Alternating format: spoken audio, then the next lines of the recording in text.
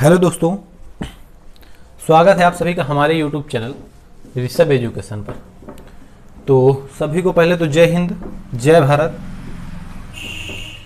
आज हम पढ़ने क्या वाले हैं, नेक्स्ट टाइप है आपका और टॉपिक मान सकते हैं, नेक्स्ट टॉपिक है।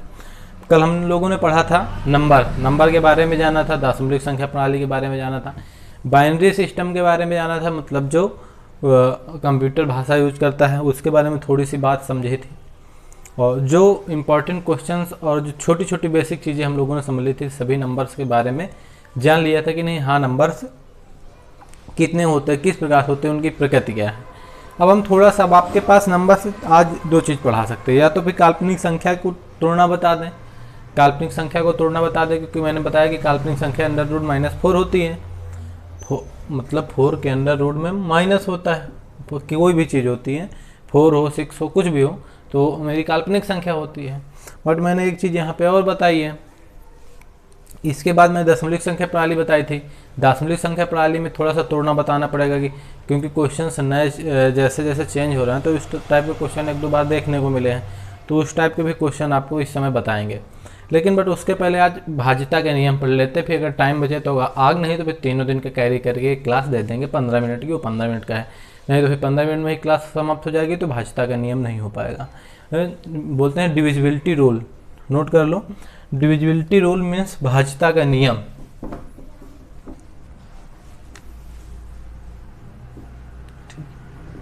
कल लगभग मैंने नंबर बता दिए हैं, जितने भी नंबर हैं आपके इस नंबर से और डिविजिबिलिटी रूल के बीच में एक बात चल रही है, काल्पनिक संख्या और स्थानीय मान भी शायद लगभग मैंने अभी नहीं बताया, स्थानीय मान बता दिया नहीं, जो भी हो थोड़ा थोड़ा बताया। स्थानीय मान ज़्यादा में फेस वैल्यू प्लेस वैल्यू की बात है, ज़्यादा क्वेश्चंस वहाँ से नहीं आते, हाँ रिलेटेड करते हैं, ऐसा कोई टॉपिक नहीं छोड़ेंगे जो आए क्वेश्चन में। तो भाज्यता के नियम की बात करते हैं। देखो अब भाज्यता के नियम में दो भाज्य मैंने बोला कि अगर किसी भी संख्या को भाज्य होना है, ये कल मैंने बताया था, किसी भी संख्या को भाज्य होना है तो उसके कम से कम तो 3 गुणनखंड होने चाहिए। किसी भी संख्या को, मतलब एक वो स्वयं से कटनी चाहिए, एक तो एक अंक से कटनी चाहिए, और एक वह किसी अदर संख्या से कटे, स्वयं और एक के सिवा और किसी अदर संख्या से कटे तो वह संख्या भाज्य होगी। अब बात समझते हैं भाज्यता, जैसे आपके सामने लिख दिया जाए 3 4 3 5 6 7 8 9 10 1 2।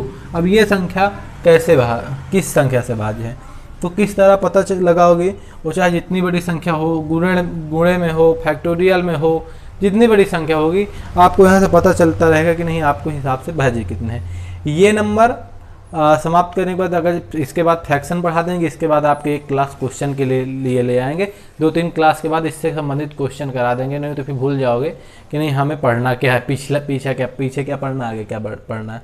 ठीक है, तो अभी बेसिक 3 क्लास बेसिक, फिर चौथे क्लास में उसी से रिलेटेड क्वेश्चन ऐसे कराते चलेंगे।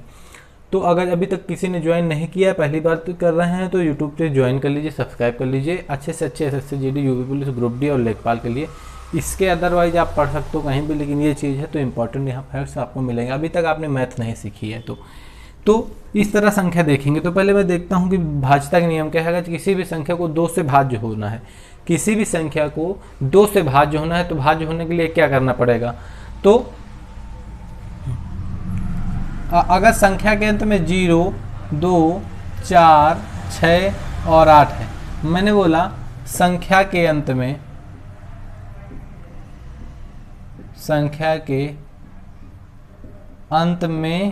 हो तो संख्या 2 से भाज्य होगी। मैंने यहाँ से बताया, अगर किसी भी संख्या को 2 से भाज्य होना है, अगर किसी भी संख्या को 2 से भाज्य होना है तो संख्या के अंत में 0 2 4 6 8 अगर संख्या के अंत में हो तो संख्या 2 से भाज्य होगी। ये डेफिनेशन है। अगर बात समझे, यहाँ पे 1 2 5 7 6 3 2 1 0 ऐसे करके है। अब संख्या चाहे जितनी बड़ी हो, अगर लास्ट में 0 आ गया तो संख्या 2 से भाज्य है, यहाँ पे 2 लिख दो तो संख्या 2 से भाज्य है, अगर जो यहाँ पे 3 लिख दो तो 2 से भाज्य नहीं है, क्योंकि ये एक विषम संख्या है। तो अगर संख्या के अंत में 0 2 4 6 8 और संख्या 2 से भाज्य होगी, सभी को पता है। अब 3 से भाज्य करते हैं, आपको पढ़ाएंगे 19 तक, अच्छे से पढ़ाएंगे भी। मजा यहाँ पे नहीं, बुक में आपको नहीं मिलेगी 19 तक, कहीं आप बुक भी खोलोगे तो वहाँ भी आपको डिविजिबिलिटी रूप 9 10 11 बहुत ज़्यादा से ज़्यादा 11 तक पढ़ाई जाती हैं। आपको 3 से भाज्य का नियम बात बता देते हैं।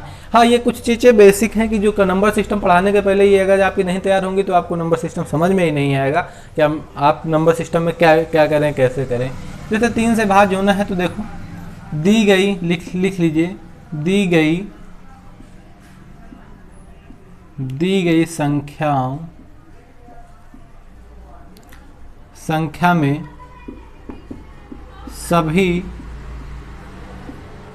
अंकों का योग 3 से भाज्य होना चाहिए, 3 से भाज्य होना चाहिए। अब बात समझिए, 3 से अगर किसी संख्या को भाज्य होना है तो दी गई जो संख्या दी गई है वो पूछा जाता है 3 से भाज्य है या नहीं, तो उसमें करना क्या है, तो जो जितनी भी संख्या है उसके उन संख्याओं को योग कर देना, उनका सम कर देना है। इसके बाद भी अगर संख्या 3 से भाज्य हो रही है तो संख्या 3 से भाज्य होगी। अब बात समझना, जैसे आ गया 1 3 5 6 9 3 2 1 8 1, इतनी बड़ी संख्या है। मान लो जो इतनी बड़ी संख्या है आपके सामने, कैसे मानेंगे, इतनी बड़ी संख्या है तो आपको बोला ये 3 से भाज्य है, एक संख्या यहाँ बीच की गैप कर दी, या पूछ लिया या किस चीज़ से भाज्य है, 2 3 4 5 ऐसे करके ऑप्शन दे दिए, तो 2 4 तो आपका पीछे 2 पे होना चाहिए, सम है नहीं है। अब 3 से देख लेंगे, 3 से मैंने बोला ये 3 से भाज्य, तो कैसे देखेंगे, मैंने बोला जितनी भी संख्याएं हैं उन सभी का सम होना चाहिए, इनमें प्लस लगा दूं, इनके बीच में प्लस लगा दूं, ये चीज़ है। अब इनको देख लो, 3 1 4 5 4 9 9 6 15 15 9 24 24 3 27 27 2 29 29 1 30 30 8 38 1 39 39 आ गया। मैंने बोला अगर 2 अंक की ही तो फिर प्लस लगा दो, 9 3 12 फिर प्लस लगा दो, 2 1 3 3 हमेशा कट जाएगी, 12 भी कट जाएगी, 39 भी कट जाएगी, इतना तो आ जाएगा। कहीं से तभी ना लगाओ तो ये 39 आ गया, तब भी 39 चला जाएगा। तो एक बात समझो, मैं बताने के वाला, यहाँ पे ऐसे तो पूरी संख्या होगी, बहुत बड़ी संख्या होगी, गुणे में होगा 4 गुणे 5 गुणे 6 गुणे 7 गुणे, ये संख्या कैसे कटेगी 3 से, ऐसे संख्या आ जाएंगी। तो उसके लिए भी क्वेश्चन बताएंगे, क्वेश्चन बहुत मस्त कराएंगे, अभी मजा आएगी कि नहीं यहाँ क्वेश्चन करने में। तो आपको करना क्या है, इतनी संख्या जोड़ने से कोई मतलब नहीं, पहले संख्या देख लो कि 3 से कौन संख्या कट रही, तो 3 से ये 3 कट रही है, ये 9 कट रही है, 3 3 9 3 2 9 6 3 1 कम 3, इतनी संख्या कट रही है, बात समझना, ठीक है। इसके बाद 5 और 1 जोड़ो 6 आ रहा, इसका मतलब ये भी कट रही है, इसका काम खत्म, 5 का भी काम खत्म। 2 1 जोड़ो तो 3 आ रहा है, इसका भी काम खत्म। 8 1 जोड़ो तो 9 आ रहा है, इसका भी काम खत्म। मतलब जो कट रही है उसे काट दो, नहीं कट रही तो जोड़ जोड़ के काट दो, और अगर नहीं कट रही तो संख्या शेष आ रहा है तो नहीं कटेगी। ऐसे समझ गए होंगे कि नहीं आपको 3 का विभाज्यता के नियम किस तरह करना है, ठीक है। लगभग 3 से कम समझ गए होंगे। 3 से क्वेश्चन बनते हैं जब बुक उठाएंगे, जो भी बुक होगी, चाहे SD यादव हो, चाहे RS अग्रवाल हो, महेश मिश्रा, जो भी आप बोलो वो लगा देंगे और वही सॉल्व कराएंगे आपको। तो ये चीज़ है, 3 से भाज्य होगी, मैंने बताया 3 से किस तरह भाज्य होगी, इस पर बुक से मजा आएगी। 4 से अगर किसी संख्या को भाज्य होना है तो दी गई संख्या के अंतिम के अंक 4 से भाज्य होंगे, बात समझना। 4 से भाज्य होने के लिए क्या है, संख्या के अंतिम के अंक 4 से भाज्य होना चाहिए, अंतिम के 2 अंक 4 से भाज्य होना चाहिए। जैसे तुमने बोला 1 2 3 4 5 3 2, अब इतनी बड़ी संख्या है, कैसे देखोगे 4 से भाज्य है, तो कुछ नहीं देखना है, लास्ट के 2 अंक में 4 से भाग दे दो। अगर लास्ट के 2 अंक में 4 से भाग चला जा रहा है, इसका मतलब आपको पूरी संख्या में 4 से भाग चला जाएगा। तो 4 से भाग दो, 4 बटे 32, 8 बार में चला गया पूरा, इसका मतलब संख्या 4 से भाज्य है। इस तरह अब जैसे करते हैं 1 2 3 5 7 4 9, अब इतनी चीज़ देखते हैं। अब मैंने कहा 4 से भाज्य संख्या है या नहीं, तो अंतिम के 2 अंक देखते हैं, 4 से भाग देते हैं, 4 एकम 4 4 दूनी 8, 1 शेष आ गया, इसका मतलब संख्या 4 से भाज्य नहीं है। अब हम देखते हैं 5 के भाज्यता के नियम की। 5 के भाज्यता के नियम क्या होना चाहिए, एकदम आराम से पढ़ा रहे हैं। अगर आपको स्पीड चाहिए तो बता दीजिएगा। 5 से भाज्यता के नियम। अगर 5 से भाज्यता के नियम की बात करते हैं तो संख्या के अंतिम अंक अगर जो 0 और 5 है, अंतिम अंक 0 और 5 हैं, तो वह संख्या हमेशा 5 से डिविजिबल होगी, 5 से हमेशा भाज्य होगी वह संख्या। अगर किसी संख्या के अंत में 1, 3, 5, 7 मतलब ऐसे करके 3, 2, 0 ऐसे करके कुछ भी संख्या हो, अंतिम में 0 हो या इसके जगह में 5 हो, कुछ भी संख्या हो, वो हमेशा 5 से भाज्य होगी। अब 6 से बात करते हैं, 6 से डिवीजन करते हैं। 6 से कैसे डिवीजन करेंगे, वो किस तरह डिवीजन करेंगे हम लोग। अगर किसी संख्या को 6 से डिवीजन होना तो 6 के गुणनखंड करो। 6 को कैसे किया, 6 को गुणनखंड किया तो आया क्या, 2 तिया 6 और 3 दून 6। इसका मतलब संख्या 6 से अगर डिवीजन होगी तो अगर संख्या को 6 से भाग देना है तो उसके गुणनखंड के तो 2 और 3 मतलब संख्या 3 से कट रही है और 2 से कट रही है, तभी पूरी संख्या 6 से कट पा रही है। इसका मतलब है कि अगर 6 से भाज्य किसी संख्या को होना है तो उस संख्या को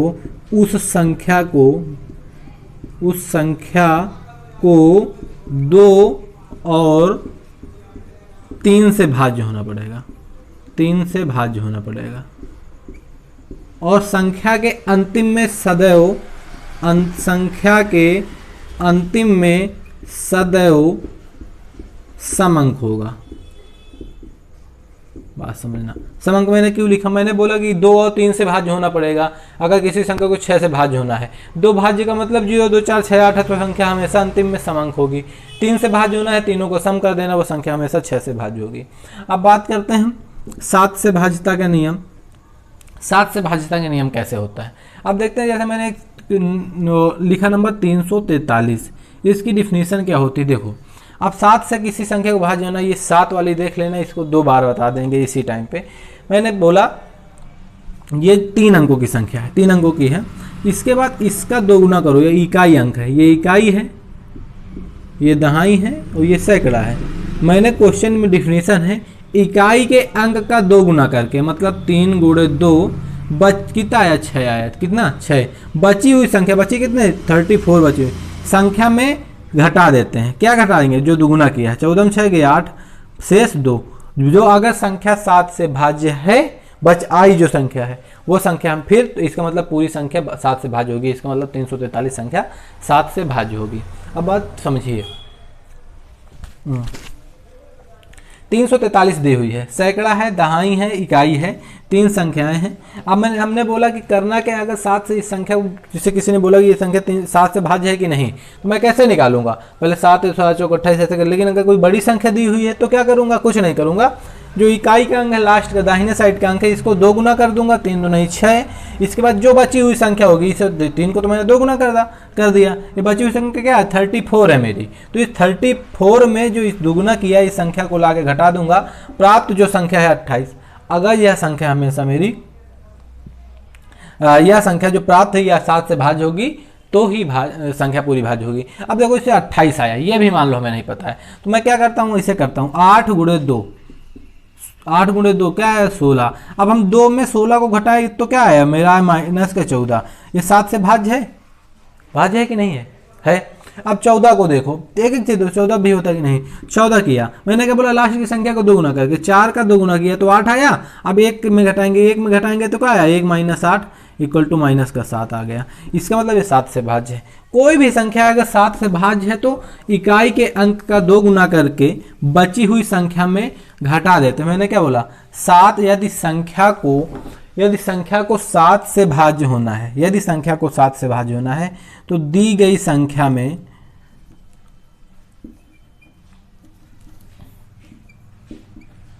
दी गई संख्या में इकाई के अंक का 2 गुना करके, इकाई के अंक का 2 गुना करके बची हुई संख्या में घटा देते हैं, बची हुई संख्या में घटा देते हैं। ठीक, मैंने क्या बोला, अगर जब प्राप्त संख्या 7 से भाज्य है तो संख्या समय हमेशा 7 से भाज्य होगी।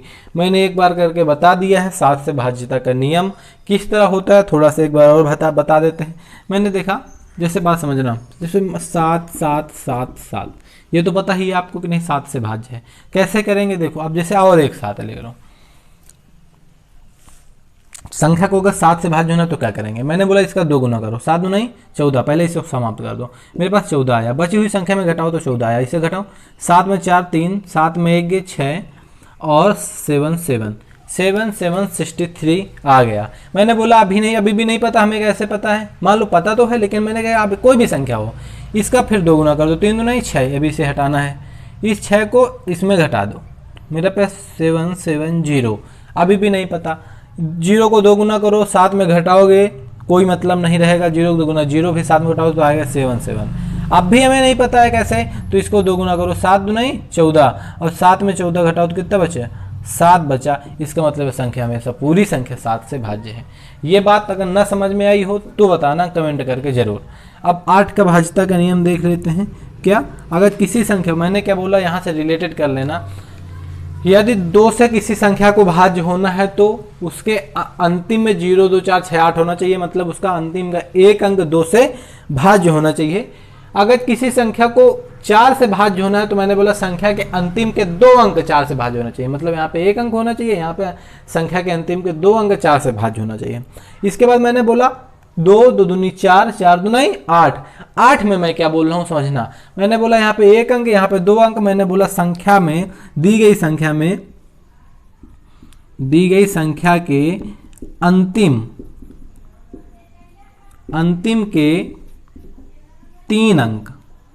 के 3 अंक 8 से भाज्य हो। ठीक, मैंने 4 में 2 में बोला अंतिम का 1 अंक, मतलब 0 2 4 6 8 हो। इसके बाद मैंने बोला 4 से मतलब है संख्या के अंतिम के 2 अंक 4 से भाज्य होने चाहिए। 8 के लिए मैंने बोला संख्या के अंतिम के 3 अंक 8 से भाज्य होना चाहिए। और यहाँ पे और बता देते हैं, अगर 16 की बात कर लेते हैं, यहाँ पे मैं अगर किसी संख्या को 16 से भाज्य होना है तो अंतिम के 4 अंक, संख्या में अंतिम के 4 अंक को 16 से भाज्य होना पड़ेगा।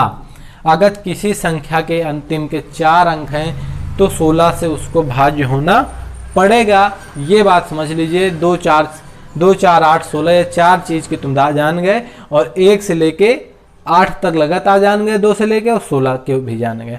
अब बचा के 8 के बाद 9 और 10, इससे मैं थोड़ा सा इरेज करता हूँ, डस्ट करता हूँ। इसके पहले अगर स्क्रीनशॉट लेना है तो ले सकते हो।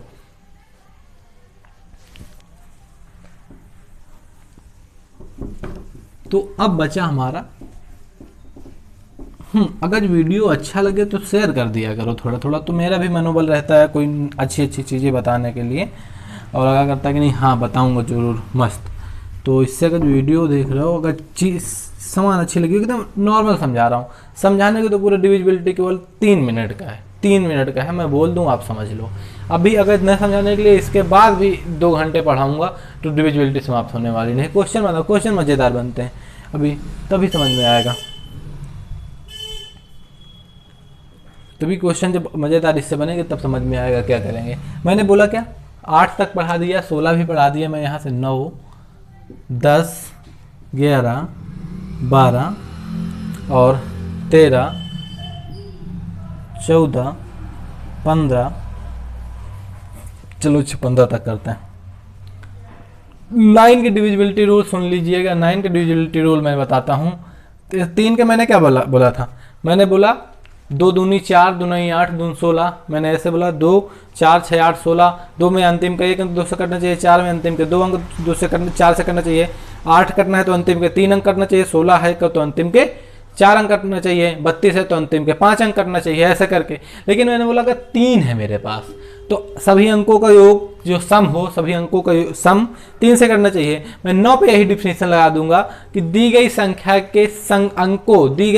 के अंकों का योग सदैव 9 से कटना चाहिए, तो वह संख्या 9 से कटेगी। अगर किसी भी संख्या को 9 से भाज्य होना है, किसी भी संख्या को 9 से भाज्य होना है, तो अंतिम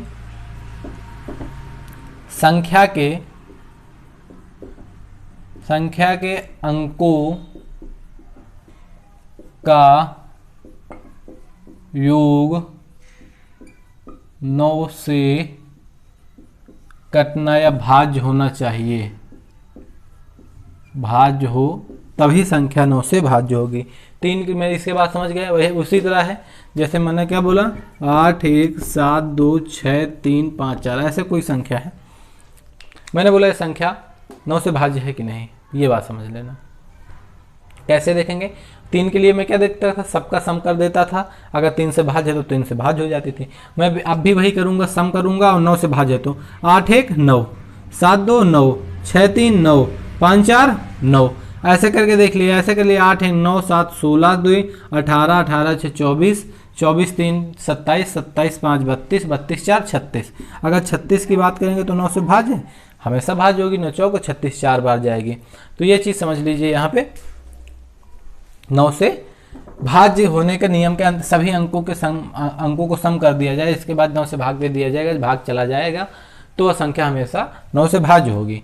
10 से है तो अंतिम में 0 होना चाहिए, संख्या के अंतिम में 0 होना चाहिए, संख्या के अंतिम में 0 होना चाहिए। अगर 11 से भाज्य है तो क्या करेंगे, 11 13 आगे बताते हैं, थोड़ा सा पहले 2-3 बता देते हैं। अगर किसी संख्या को 12 से भाज्य है, इसको अच्छी चीज़ है 11, अगर किसी संख्या को 12 से भाज्य है तो 12 से भाज्य होने के लिए क्या करना पड़ेगा। अगर किसी संख्या को 12 से भाज्य है तो उस संख्या को 3 से भी भाग होना, संख्या को 3 से और 4 दोनों से भाज्य होना पड़ेगा, और 3 4 का तुम क्या जानते हो क्या होगा, दोनों से भाज्य होना पड़ेगा। ठीक है, ये मेरा हुआ 12 का।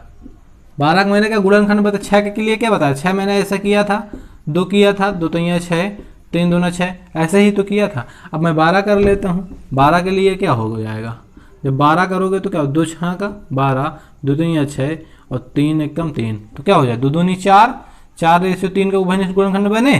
तो इसका मतलब इस संख्या को मुझे 3 से भी भाग देना पड़ेगा, और हम इस संख्या को 12 से अगर किसी संख्या को भाग होना तो 4 से भी जाना चाहिए।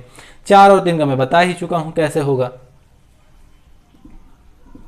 अब 13 छोड़ दीजिए, ये अभाज्य संख्या है। 14 की बात कर लीजिए, इसको अगर किसी भी संख्या को 14 को भाग दे, मैंने बोला क्या, अब उभयनिष्ठ गुणनखंड निकाल लो। मैंने 14 ऐसे कर लिया, 6 का दिखाया, 12 का दिखाया, 2 7 14 7 एकम 7। इसका मतलब है कि संख्या को किससे भाग होना चाहिए, इस संख्या को, यह संख्या जो 14 से अगर किसी संख्या को भाग देना तो 2 से भी जाए और 7 से भी जाए, तभी संख्या हमेशा 14 से भाज्य होगी। संख्या 2 से भी जाए और इस संख्या को भाग 4 से भी देना पड़ेगा, तो संख्या हमेशा 2 से भाज्य होगी। 14 का आता नहीं, आपको बता रहे हैं, बुक में नहीं मिलेगा।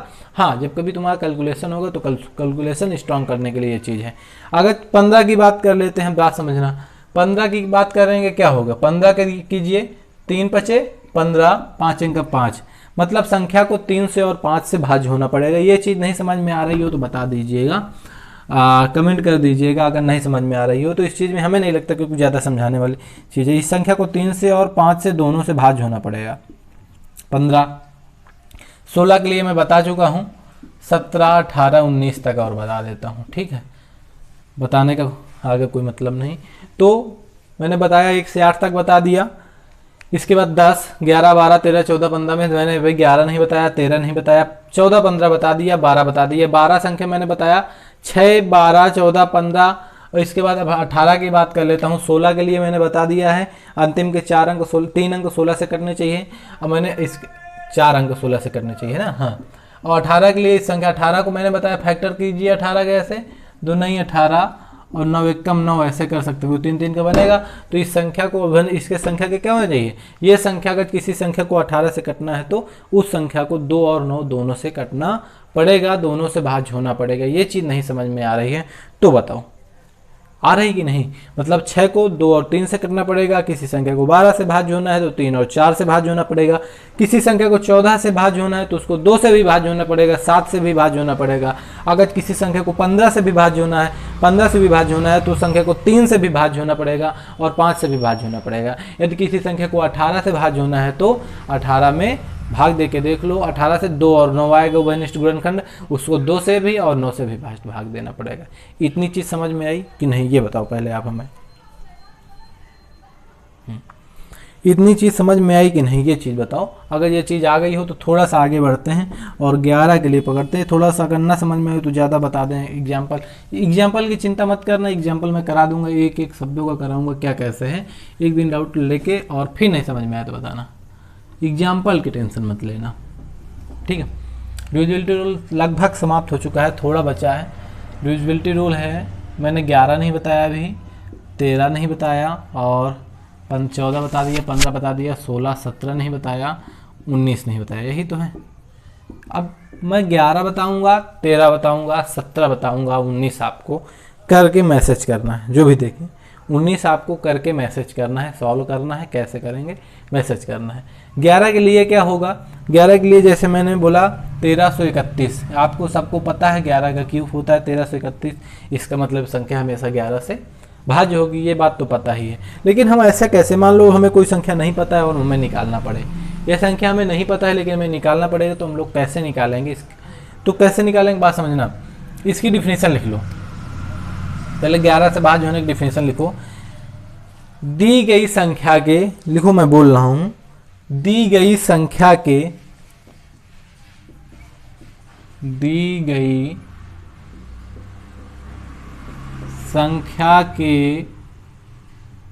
सम स्थानों के अंकों का योग, सम स्थानों के अंकों का योग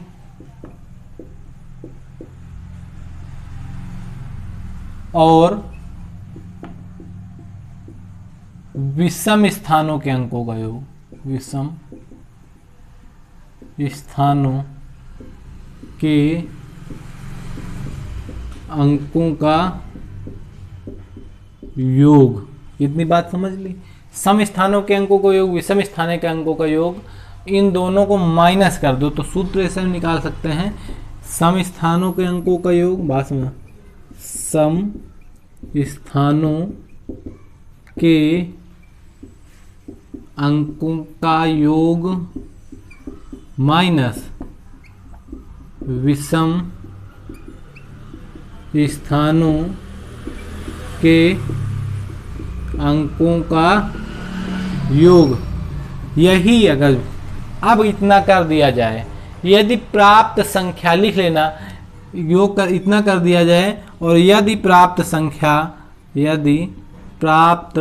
संख्या इनके शायद हल्की हो गई है, प्राप्त संख्या जो 0 आए या 11 से भाज्य हो या 11 गुणा, तो संख्या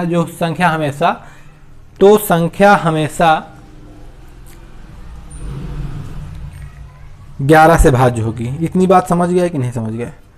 मैंने बोला अगर डिफिनीशन है, दी गई संख्या के सम स्थानों के अंकों का योग और विषम स्थानों के अंकों का योग, अगर इनको सम कर देते, इनको जोड़ देते हैं अलग अलग, इसके बाद इन दोनों को घटा दे, पहले सम स्थान के अंकों को जोड़ते हैं, इसके बाद विषम स्थान के अंकों को जोड़ते हैं, इसके बाद इनको घटा देते हैं, आपस में अंतर कर देते हैं। अगर जब प्राप्त संख्या जो आए या तो 0 आए तो कोई दिक्कत नहीं है, और या तो संख्या 11 से भाज्य हो, तो संख्या हमेशा 11 से भाज्य होगी, मतलब 11 का गुणा जाना चाहिए, ये चीज भी आपको पता है।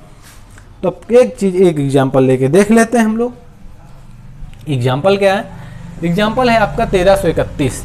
मैंने बोला 1331 है, इसके ये एक को क्या कहते हैं? विषम कहते हैं। पहला स्थान ये, दूसरा स्थान ये, तीसरा ये, चौथा ये। मैंने क्या बोला इसे? विषम स्थान, सम स्थान, विषम स्थान, सम स्थान, मतलब 3 विषम। इससे कोई मतलब नहीं, स्थान की बात करेंगे, पहला या दूसरा या तीसरा चौथा। पहला स्थान विषम होता है, दूसरा सम होता है, तीसरा स्थान विषम होता है, चौथा सम होता है। मैंने क्या बोला? सम स्थानों के अंकों का योग। सम स्थान कौन कौन है? सम स्थान 2 और 4 है, तो मैंने बोला 3 1 4, 4 जोड़ा, माइनस लगाया। मैंने क्या बोला? विषम स्थानों के अंकों का योग। विषम स्थान कौन है? ये है 3 और 1, इसको जोड़ा मैंने, क्या 4 आया। मैंने बोला अब इसको घटा दो, यदि संख्या 0 आ जाए और या तो भाज्य हो आपकी 11 से, तो संख्या हमेशा 11, पूरी संख्या 11 से भाज्य होगी। तो मेरा संख्या आ गया 0, तो इसका मतलब है कि संख्या 11 से भाज्य होगी।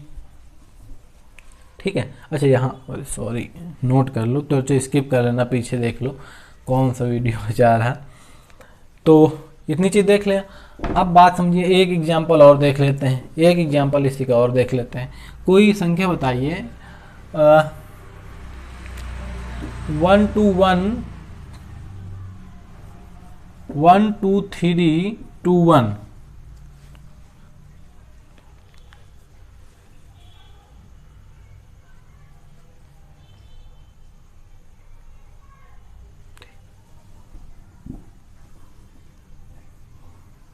चलो अच्छा, ऐसा कोई संख्या देखो,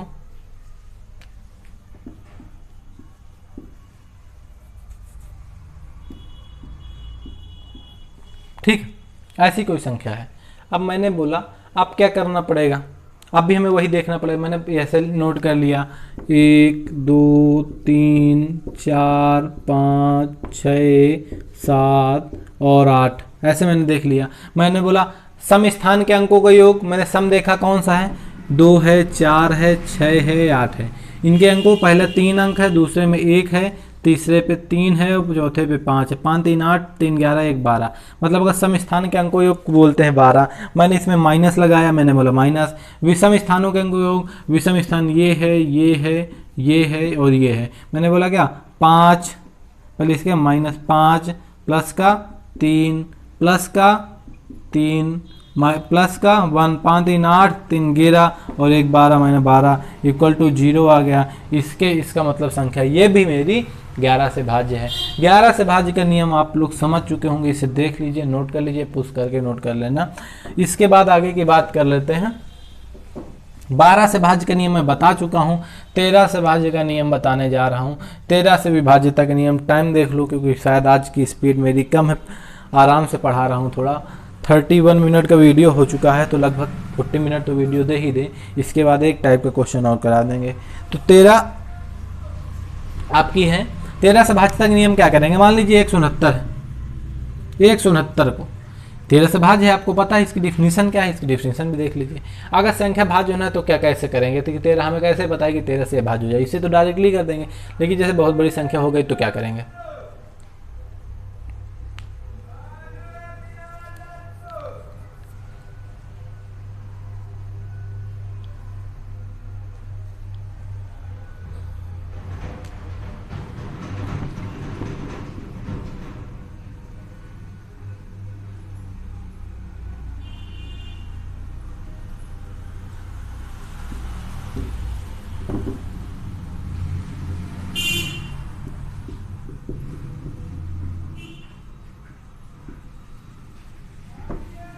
तेरह से भाज्य होने के लिए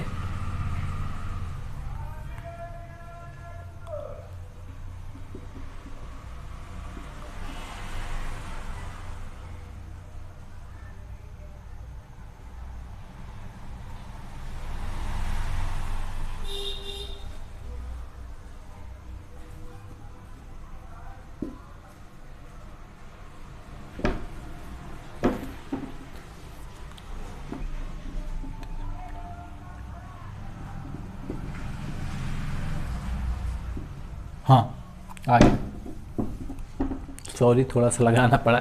अगर किसी संख्या को 13 से भाज्य होना है, बात यहाँ समझिए, यदि किसी संख्या को 13 से भाज्य होना है तो संख्या को करना क्या पड़ेगा और कैसे पता करेंगे यह संख्या हमेशा मेरी 13 से ही भाज्य है। तो देखते हैं, मैंने इसकी डिफिनीशन लिखा ली है। अगर इकाई दहाई सैकड़ा हज़ार कहीं तक भी अगर संख्या हो तो जो इकाई का अंक है इसका मल्टीपल 4, x इंटू 4, इकाई का अंक है इसका मल्टीपल 4, इसका मल्टीपल करो तो क्या हो जाएगा 9 गुणे 4, आपके पास 36 आ जाएगा। बची हुई संख्या में जोड़ देते हैं, जो बात समझा। अगर किसी भी संख्या को, डिफिनीशन समझो, डिफिनीशन एक बार बोल रहा हूँ लिख लेना। दी गई संख्या में इकाई के अंक का 4 गुना करके बची हुई संख्या में जोड़ देते हैं। यदि अब प्राप्त संख्या मेरी 13 से भाज्य है तो संख्या हमेशा 13 से भाज्य होगी। 9 किया, 9 चौको 36, 36 और 16, 6 6 12 3 52, 52 हमेशा 13 से भाज्य होगी। ठीक है, मैंने अब देखो जैसे 52 को भी नहीं पता है तो मैंने कहा इसका 4 गुना करो, 2 गुणे 4 कर दोगे 8, 8 आएगा, 8 को 5 में जोड़ दोगे 13, 13 हमेशा भाज्य होगी। यही 13 समझ गया, 14 भी बता दिया मैंने, 15 भी बता दिया है। अब बचा 16 भी बता दिया है, 17 और 19 बता दिया है, बचा 17 और 19। एक काम करिएगा, ये दोनों करके लाइएगा कि अभी बता दें, इसके बाद सोचते हैं कि ये दोनों करके लाइए, कमेंट करके क्या लाइए आज के वीडियो में कमेंट करिएगा करके, तो जानूंगा कि नहीं हाँ कौन कौन पढ़ रहा है। इसके बाद देखूंगा आज एक नेक्स्ट टाइप बता देता हूँ या नेक्स्ट क्वेश्चन बता देता हूँ, ये पूरे क्वेश्चन से ही टाइप दे दूंगा और आपके लिए 2 क्वेश्चन भी दे दूंगा होमवर्क के लिए। ये आपका होमवर्क है 17। हाँ करना क्या है बात समझना, थोड़ा कैसे करोगे। जैसे मैंने 13 किया, मैंने इसमें क्या किया, हमें भी नहीं, देखो अभी आपके सामने ही मैं सोच रहा था क्या करूँ, तो मैंने बोला इसका 1 गुना 2 गुना 3 गुना 4 गुना जो भी करो, इसका 2 3 गुना 4 गुना करो, इसके बाद जो लास्ट वाली संख्या है मैंने बोला अगर 13 से भाज्य है, बात समझना। मैंने क्या 13 को 4 गुना, 3 को 4 गुना, 3 गुणे 4, अब मैंने कहा 12 आ गया, मेरा 12 आया। मैं इस 12 को पहले मैंने 3 एकम 3 किया, 12 को कैसे करूँ जो 13 आ जाए। मैंने कहा इस 12 है इसको 1 जोड़ दूँ, कोई इंसिडेंस अपने दिमाग का दिमाग, मैं 1 जोड़ दूँ तो 13 आ जाए। मैंने ऐसे देख लिया, ऐसे हो गया, इसका मतलब पूरी संख्या ही ऐसे होगी। कर लेना, फिर ना हो, अगर ना हो पाए तो हमसे बताना, तो मैं कल करा दूंगा। नेक्स्ट क्वेश्चन अभी बता देते हैं इसी पे, तो आपका एक टॉपिक एक क्वेश्चन से और कंप्लीट हो जाएगा, उससे ज़्यादा क्वेश्चन नहीं आते हैं। तो क्वेश्चन लिखना पहले,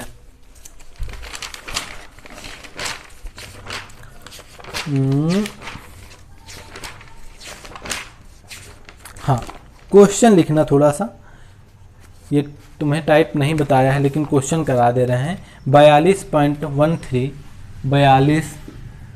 42.13 क्वेश्चन केवल कराएंगे इसका, इक्वल टू 4a प्लस का 2b प्लस का c प्लस का 3d। अगर बहुत बड़ा क्वेश्चन लगाने वाला व्यक्ति है तो पूछ लेना इससे। ये क्वेश्चन अब के ट्रेंडिंग में है कि जो अब इस टाइम पे आ रहे हैं, ठीक है। ये क्वेश्चन है आपका 42.13 equal to 4a plus 2b plus c plus 3d, आपके ट्रेंडिंग में आ रहे हैं। अब 2 मिनट में क्वेश्चन बताते हैं। ये मैंने स्थानीय मान जाति मान थोड़ा थोड़ा बताया था आपको कि कैसे पूर्णांक भिन्न, मैंने ऐसे एक संख्या बताई थी 4 3 2 3 1 4, दशमलव इधर होता है तो जितने अंक आते हैं दशमलव 10 के ऊपर उतने पावर लगाते जाते हैं, वही वाली संख्या। अब मैं देखूंगा ए है मेरा, मैंने बोला ए और बी और सी का मान हमें चाहिए। मैं पहले ए बी सी डी सभी का मान निकालना दिखाता हूँ। हमें ए और बी सी और डी का अगर मान पता चल जाएगा तो मैं यहाँ से उत्तर निकाल लूँगा। ये बात आप सभी को पता है। तो मैंने कहा 42.13, पहले इसको डिस्क्राइब करो, कैसे लिखोगे, दशमलव है, दशमलव के पास 2 गुणे 10, मैंने 10 बताया 10 करना ही है। और अगर कितने अंक दशमलव तक जा रहे हैं, मैं दशमलव तक एक भी अंक नहीं पहुँच रहे हैं, यही तो करना, 10 की पावर 0 प्लस 4 गुणे 10 की पावर 1। अगर ये चीज़ ना समझ में आए तो कोई दिक्कत नहीं, कल इस चीज़ की मैं क्लास लूँगा आप सभी की। तो ये चीज़ है। अब आगे बढ़ते हैं, दशमलव लगाया 1 गुणे 1/10 कर देंगे क्योंकि दशमलव से दाईं अंक का चीज़ है, प्लस 3 गुणे 3/100 कर देंगे, 1/1 गुणे 3 गुणे 1/100 कर देंगे। ना समझ में आए तो कोई प्रॉब्लम नहीं है, मैं इसको अच्छे से बताऊँगा कल की आपकी 30 से 40 मिनट की क्लास लेकर। इसी चीज़ दिखाया मैंने, कहा 4a के बराबर क्या है, 4 गुणे 10। मेरे हिसाब से 4a इक्वल टू 4 गुणे 10, 4 से 4 घटा तो a बराबर 10। a की वैल्यू यहाँ पे कितनी आएगी, 10।